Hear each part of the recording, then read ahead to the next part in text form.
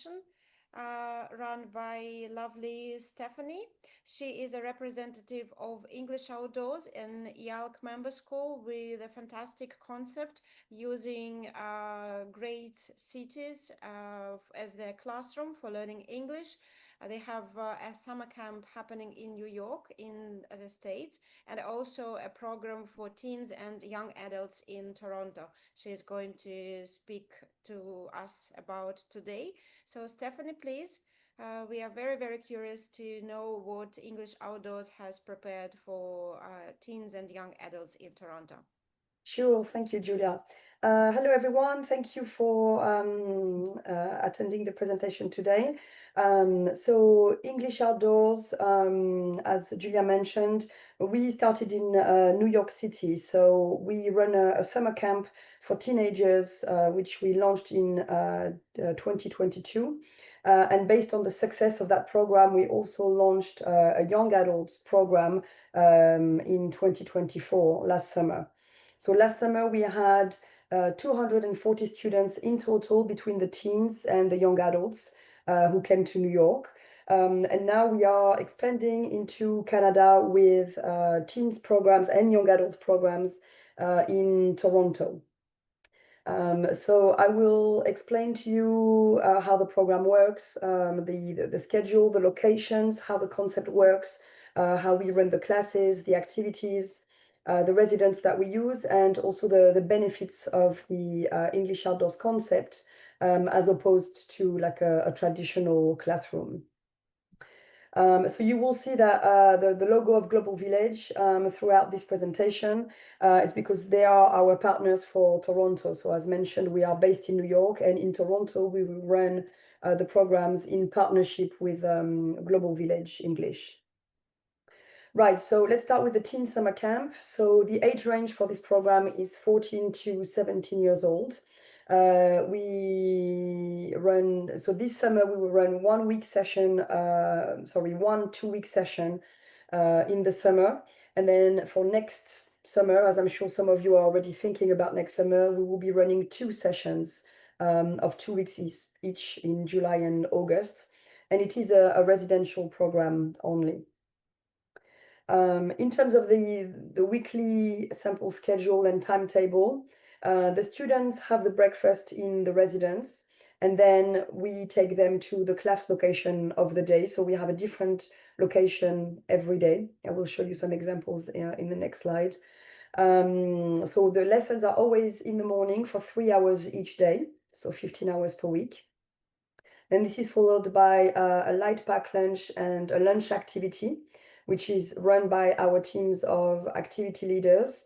And it's an activity to engage the students so that they can get to know each other, they can break the ice, make friends, and also practice their English. After that, they have an activity to discover the city. I will show you the activity program afterwards.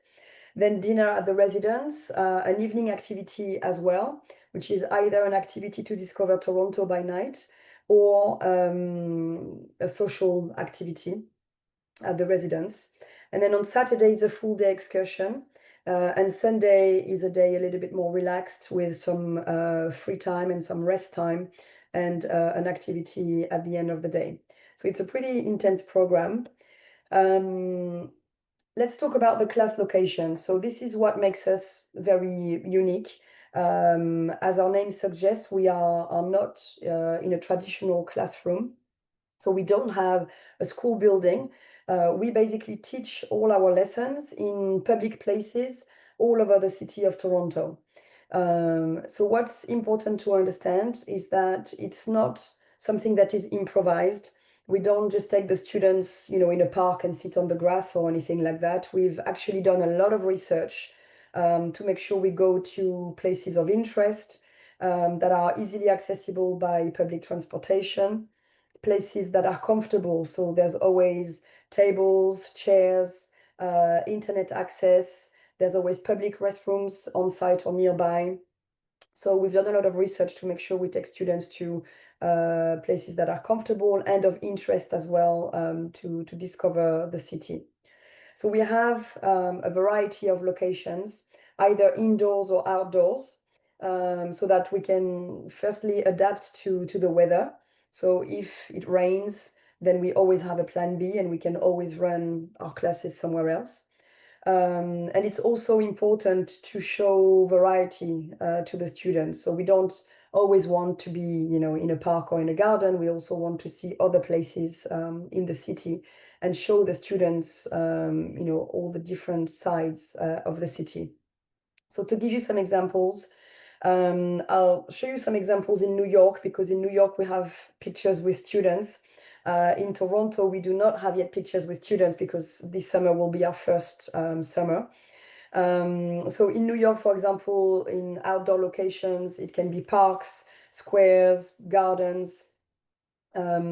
What's important that you can see from these pictures, and it's the same in Toronto, is that we have small groups. So it's a maximum of 8 students per group, which is a big difference compared to other traditional programs where you tend to have, maybe 15 or up to 17 students in a class.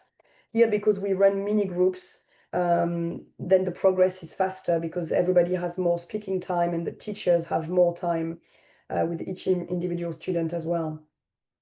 Something else that you can see from these pictures is that there's not a lot of people around us. Because a question that I get asked a lot is whether it's hard to run a class in a public place because of the noise, for example. But we always teach our classes in the morning. And usually these places are fairly quiet in the morning. They get busy around lunchtime. But by then we are done with our classes. So it's not, that noisy, and it's perfectly fine, to have a class and to have discussions and to concentrate on what we're doing.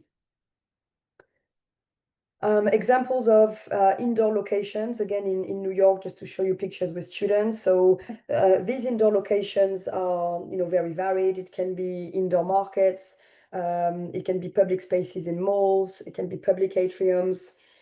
So again, small groups in places that are, away from too many people, and also places that are kind of like real places that are not necessarily very touristy and that the students wouldn't go to without us.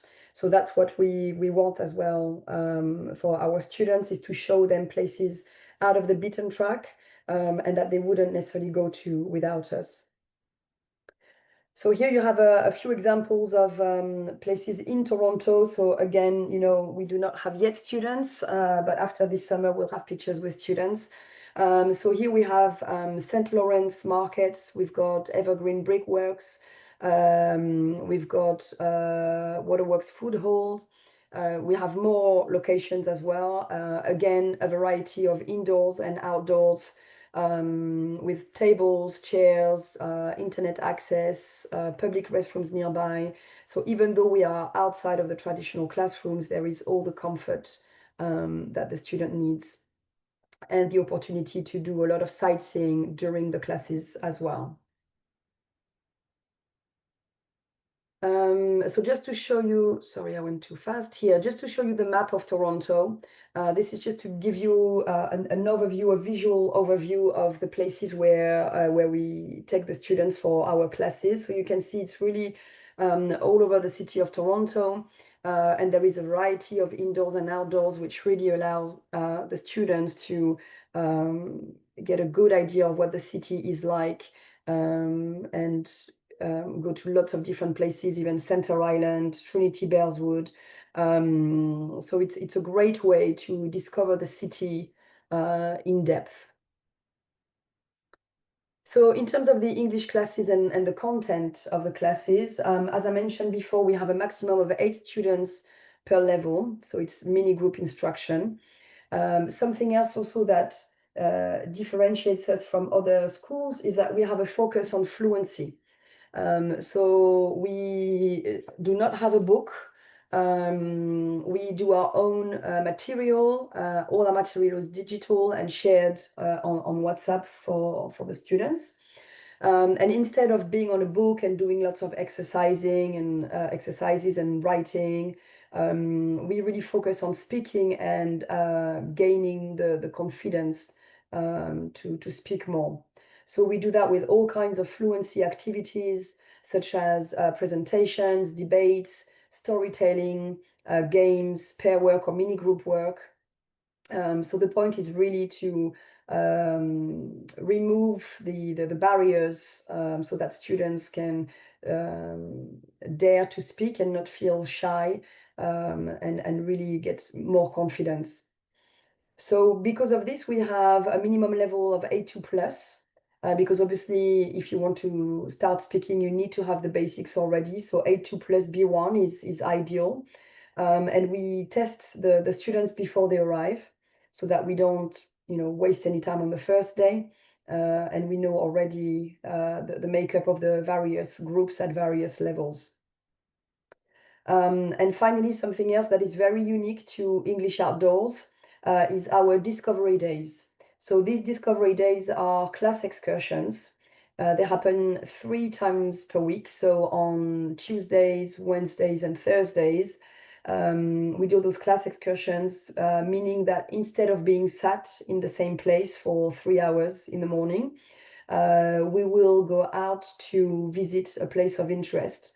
And this is run by a teacher, so it's not an activity, it really is a lesson, but it's more dynamic, it's on the move, and it allows students not only to see a new place, but also to practice their English in a real context, in a real situation, which allow them to be really immersed and make the most of like the interaction with the city and the people. So in the afternoon, we have the activity program. So here you have the activity program for week 1 in Toronto. So the top line will be the afternoon activities and the bottom line will be the evening activities. So we really do the best of Toronto. It's not just walking tours, it's also, going to museums. Obviously, we go to Niagara Falls, we go to a baseball game. We go and see the CN Tower by night. So there's really plenty of activities here, variety for the students to enjoy the city of Toronto. We also do social activities, so they can get together and have fun, like karaoke, scavenger hunt, games night in the residence. Here you can see the program for week 2. So we go to the Hockey Hall of Fame. We also have a day at Canada's Wonderland, which is an amusement park just outside of Toronto. And also, obviously, we always have some time for shopping. For teenagers, there's never enough shopping. The residents, so another thing that's important with English Outdoors is that we want to be really central. So we are not, miles away out of the city in a campus. We always choose our residences to be very central. So the Chestnut residence is located right in downtown Toronto. We are close to Dundas Square, to the Toronto City Hall. We have easy access to the CN Tower and the harbour front. So it's a really great location for the students, very central. And also many of our class locations are walking distance from the residence. But anyway, we include the transportation pass for the students. So, wherever we go, everything is included. A few pictures of the residence. So the students stay in twin bedrooms with an ensuite bathroom. It's a great residence that has top floor lounges with 360 city views. So fantastic location to enjoy, the skyline of Toronto. We have on-site a gym, a laundry, the cafeteria and the dining hall, common rooms with games. So everything is really central and everything is super comfortable for the students. And obviously they are placed together with students of a different nationality. The Young Adult Summer Camp. So this is something that we launched last year in New York because the teen summer camp was getting extremely popular. And we always had students that were a little bit older that wanted to book the teen camp because they wanted to have a package with lots of activities included, but they didn't want to have so much supervision. So that's why we launched the Young Adult Summer Camp. It's for 18 to 22 years old. It is the same concept with the residential program, but the difference is that they have more freedom. So this we will run one 2-week session in July. So again, it's a package, much like the teen camp. You have the same benefits like small group classes in the city with the best activities included. Some of the differences is that there is more free time to explore the city unsupervised. So, they're not always chaperoned by us. They have free time to go and do what they want with people of their own age. They don't have a curfew as well, so we give them the freedom to go out, after dinner and to enjoy the city by night. Also, it's a half-board program, so they can get their own lunches. This is another way in which they have a little bit more freedom and autonomy. And because it's a centrally located residence, it's a fantastic location for the students, for the young adults, to explore the city. And it's really the best of both worlds for them. They can enjoy the convenience of a package with everything included for them, everything organized. But they also have that much needed freedom to do what they want on their own. So just to give you an idea, this is the week 1 program. So again, you can see the best activities included, and then they have 2 afternoons, 4 afternoons in total, and 6 evenings free over the 2 weeks, where they are free to do what they want. Obviously, we always, keep an eye on them and on their plans. We have a WhatsApp group where, we can keep in touch with them. But this is really the opportunity for them to feel, free and experience the city on their own. So these are a few pictures of New York last year of our young adults and all the activities they've done. So just to give you an idea, they really loved it. There's not a lot of young adults program around the world. It's something that's starting to develop a little bit, but I think it's a great age range, great program for these students. So the benefits of the English outdoors concept, as you understand from the presentation, it's the fact that it's immersive. Instead of being in the same classroom, every day, every morning, you are out there in the city, living like a local. It's interactive because you study in authentic places, you practice your English in real situations. It's really engaging as well because you learn differently than in a classroom. All your senses are engaged, so your memory as well is used differently. It's a city center program, so the students are in Toronto every day. And it's the best of both worlds where the students are not only studying, but they are also sightseeing at the same time. So I think it's a great concept for teenagers because they are studying all year already back home. They are spending all their time at school. This is their summer vacation, so it's great for them not to be at school, not to feel like they're at school, and being able to see the city as well. So as you see here, some feedback from Lorenzo, and that's what all our students tell us, is the fact that it does not feel like school. They still improve their English, but they feel happier going to class because class is outside, class is more fun, and it's not too traditional. In terms of the ideal students, the ideal students is a teen or a young adult that is quite mature or confident because obviously we move around a lot. We are always on the move using public transport. It is a supervised program anyway, but you want a kind of student that is comfortable, being on the move and on public transport every day. And students who are looking for something a little bit different than a traditional English course. So again, here we've got some feedback from Marie from France, who really enjoyed being able to see the city at the same time as at the classes and enjoying free time as well. So this is it. These are a couple of pictures from New York City. Obviously, soon we'll have these pictures in Toronto too. I hope this was clear for you. Do you have any questions about, how it works, the concept, the classes, or is that all clear for you? Thank you, For Stephanie. me, it's relatively clear, and it's Mhm. one of the reasons I was a little bit interested in it because we stepped away from offering summer programs in general just because from our own academies, like they were telling us they know that Spaniards don't like being with a lot of Spanish speakers. And basically, the problem with Canada is that it got overwhelmed, similar to what Right. was happening in the UK and Ireland. Well, now Canada has started getting into that issue as well. So a lot of the local academies are overrun by Spanish speakers. And so parents don't want to waste the money to send them all the way to Canada just to be Mhm. in a classroom with a whole bunch of Spanish speakers. So we didn't even bother offering academies anymore for that primary reason. So that will be one of my main questions.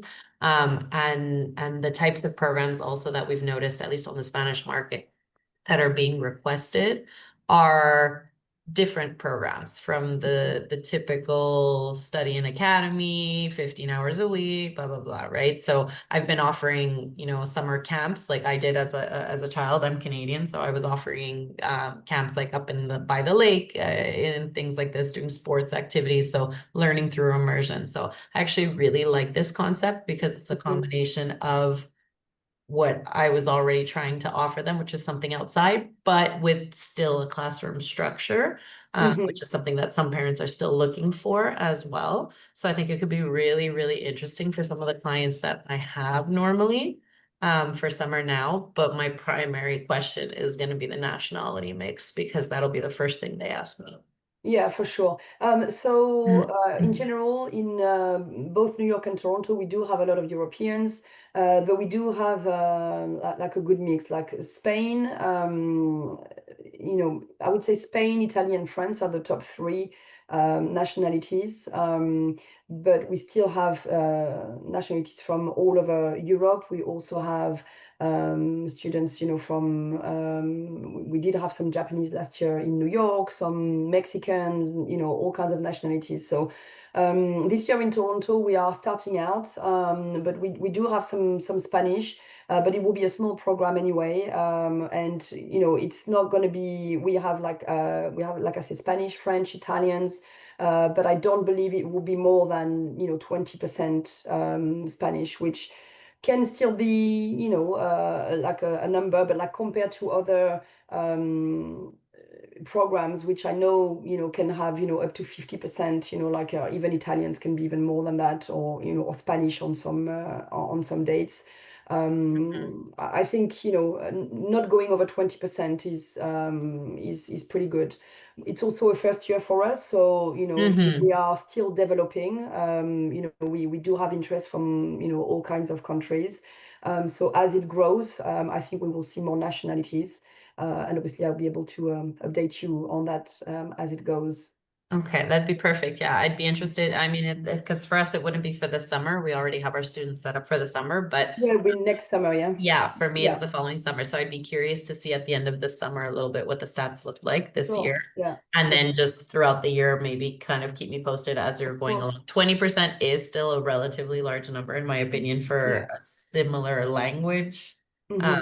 not nationality, because we have to think that the entire South American continent all speak Spanish as well. So for us, we talk Yeah, about I mean, Spanish speakers. We don't talk we're about very nationalities. we have like one group of Mexican that tends to come back. I mean, in New York, not in Toronto, that comes Yeah.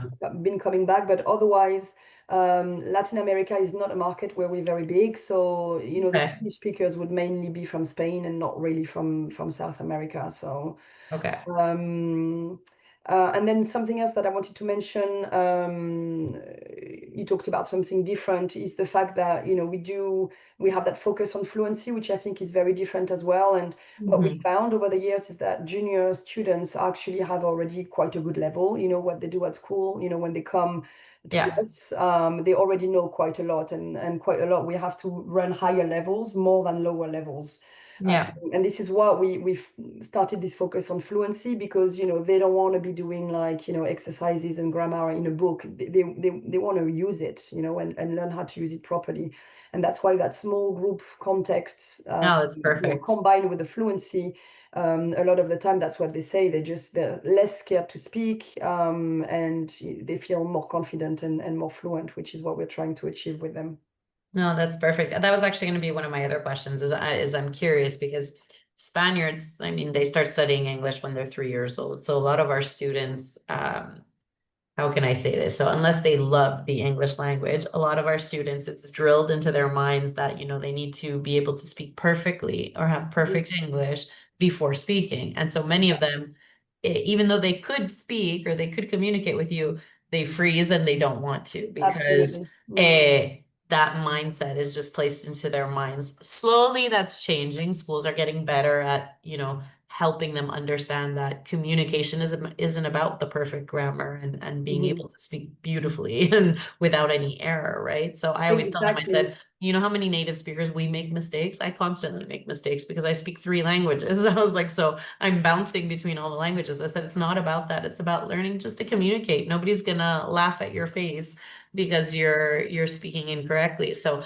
it opens up our students a lot, but I'd be curious in these public settings how that would affect them also, because in the classroom, at least they're in the classroom setting, so they're kind of focused on that.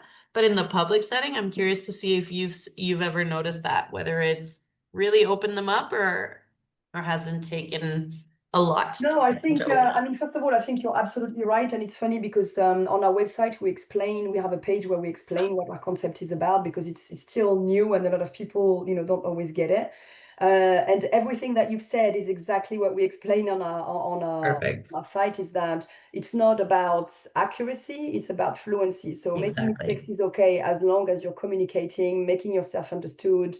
Having a conversation even with mistakes is better than just not speaking at all. So you He's perfect. completely get it. So I can see, you're going to be sold on the concept. So that's great. And in terms of like being outside, no, I think on the contrary, it's really, like I was saying earlier, it's really engaging, because obviously in a classroom you're stuck between four walls, and Exactly. it's not the same whether here, the students, they see, the life of the city happening around them, they can discuss that, it's interesting what's happening, and the teachers can use that inside the classroom as well to start some discussions, and to say, how is that different from, your home country or whatever. So, and because we're in small groups, I think it's easier to, talk in front of like 7 other students than in front of 15 other students. Oh yeah, for sure. So no, actually that is actually a strength of our program, is really that the students, we teach them that, they just need to start talking.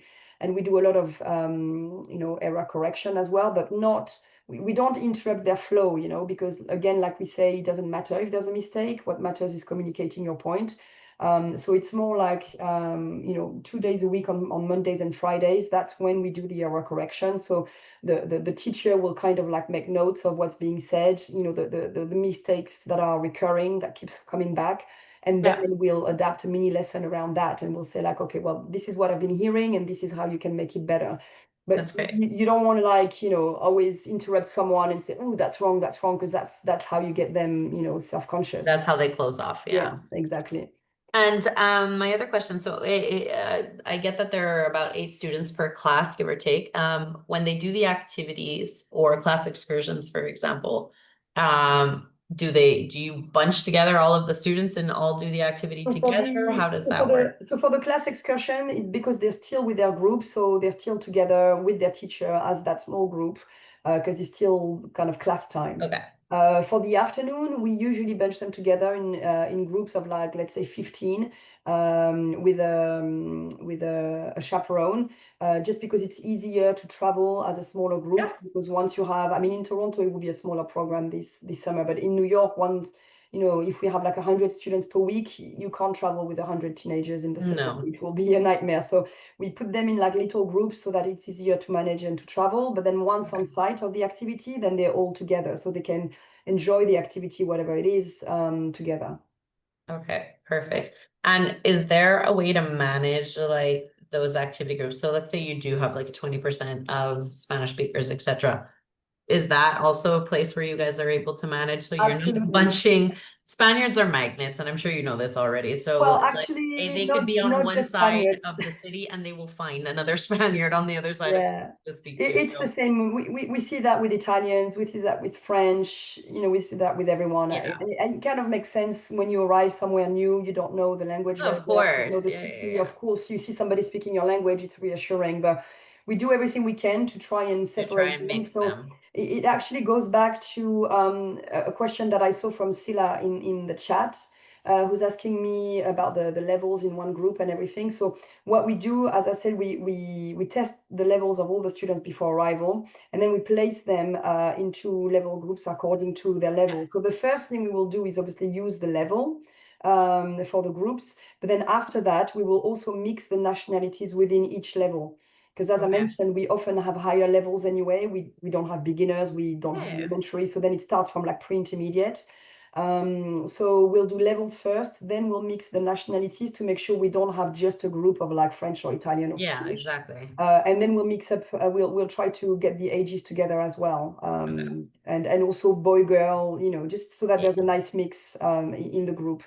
Yeah, that's great. And then we also try to mix the nationalities for the afternoon. But like I said, once we're on site of the activity, then they all meet. So they will gravitate towards one another. We tell them, many times, it's also up to you to go towards other people and everything. There's an element of that is, very hard to kind of control, but we try our best to mix them up for sure. And in the residence, for example, so I'm assuming that there's staff on site at the residence with them all the time?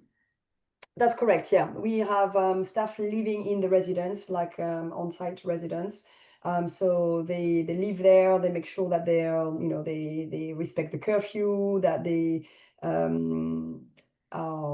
back in time for breakfast, etc., etc. They run the evening activities as well, and then we have another team which is more like a day team of chaperone who takes care of like the afternoon.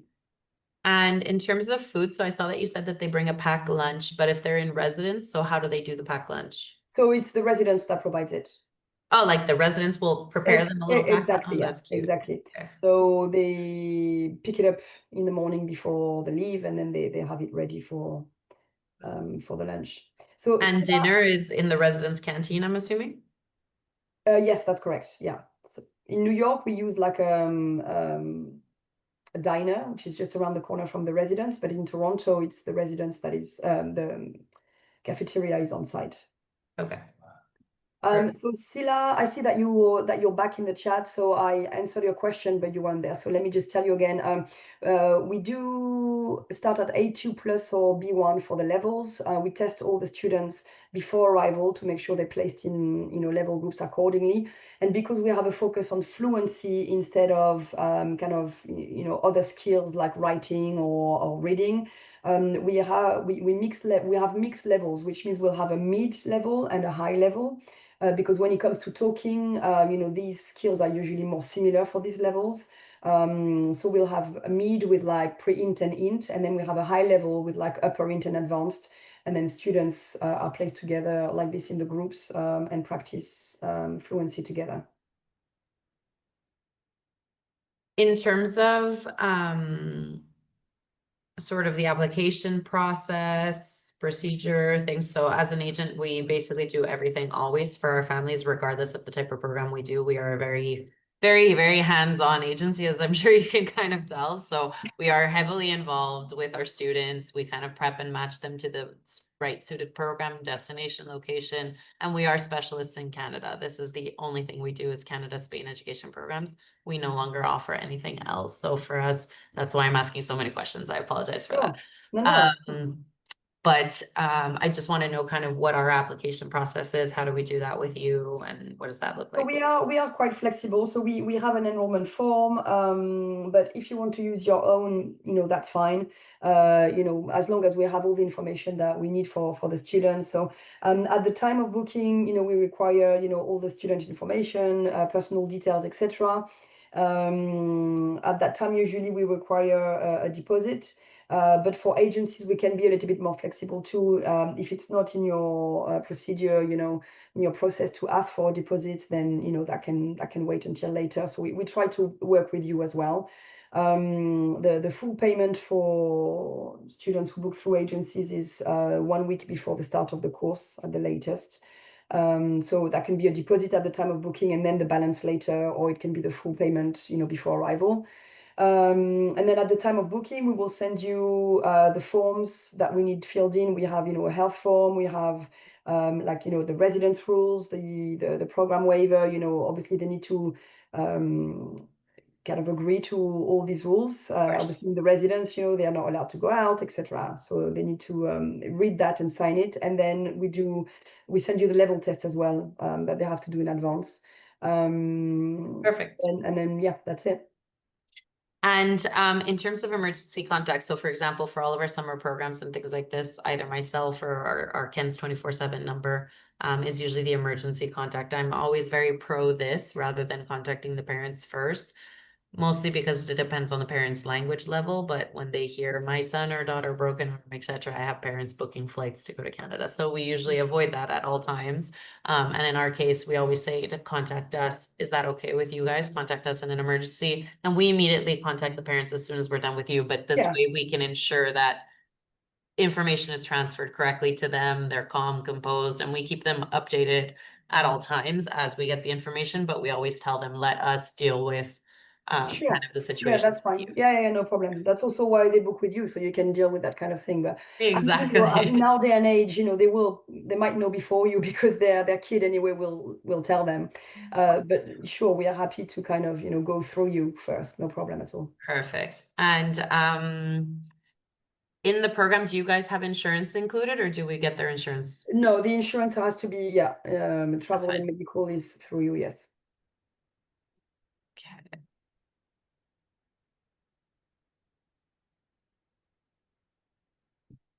Perfect.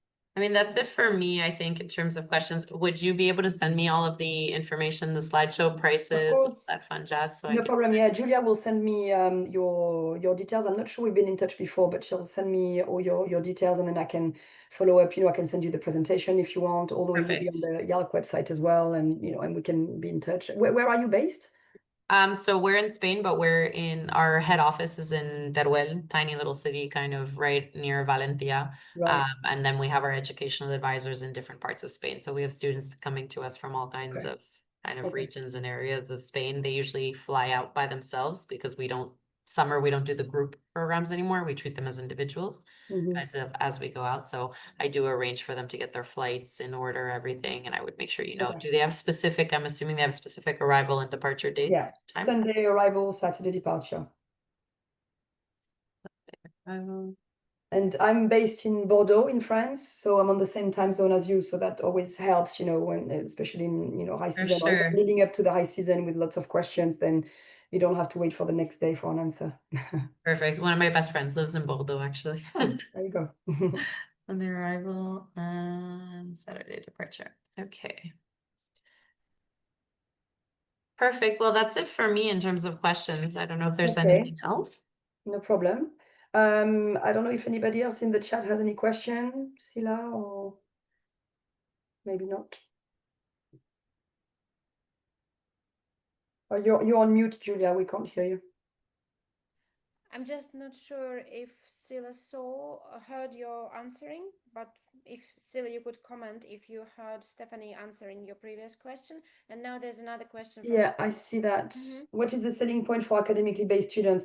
I don't know whether you've heard, okay, great, about the levels. I don't know whether you've heard about the fluency focus. I think that would be really it for the academically based students. It's not going to be a program where they're going to be doing, lots of grammar and, lots of like written exercises and stuff like that.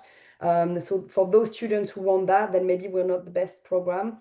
But for those who already have, those basics and all the theories and who just can't put it into practice, then that's when we are great for them, because we really focus on the fluency and, kind of removing the barriers that prevent students from actively speaking. You know, quite often they can be shy, they can be embarrassed by either because they're making mistakes or their accent or whatever. So what we do is really working on that to make sure that they're able to actually use it and communicate and improve their confidence orally. That's okay, no problem. I will follow up anyway, Sila, as well, and I will, you know, be in touch by email, send you more materials, and we can, you know, be in touch afterwards too. Thank you very much, Stephanie. No problem. Thank you all for attending. Thank you, Julia. Thank you. Thank you, Teresa. Thank you, Stila, for being today with us. Yes, English Outdoors, they have flyers and all sets of marketing materials, and Stephanie will send them to you. I will. Super. Thank you very Have a great much. day. Thank you for attending. Speak to you soon. Bye-bye.